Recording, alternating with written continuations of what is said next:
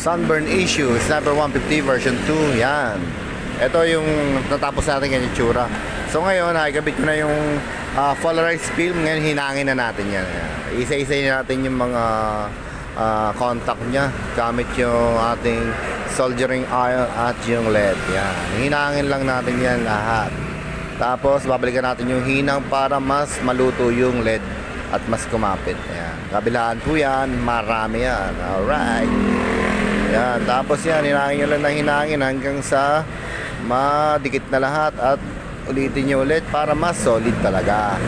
Yan. Itong gauge ay pang Sniper version 2. Yan yung polarized film na tinanggal natin doon. So, malalaman nyo yan pag yung display ng gauge is malabo na. Yan na yung may difference dyan, yung polarized film. So, yan na nga, nakakabit na natin yan. Yan na yung kinalabasan ng trabaho natin. Malinaw na ulit, back to original. Ayan, oh. Back to original yan mga bossing. Yan. Yan yung gauge ng Sniper version 2. Yan. Ganyan din. Pwede rin yan sa Sniper 155. Yan. Alright. Alright. Alright. So yun. Yun nakikabit ko na. Ito na yung final finished product natin. Yan. Nakakabit na siya. Yan. Naibalik na natin dun sa unit. Yan. Ngayon, ipakita ulit natin yung polarized film. Yan. Alright. Thank you. God bless.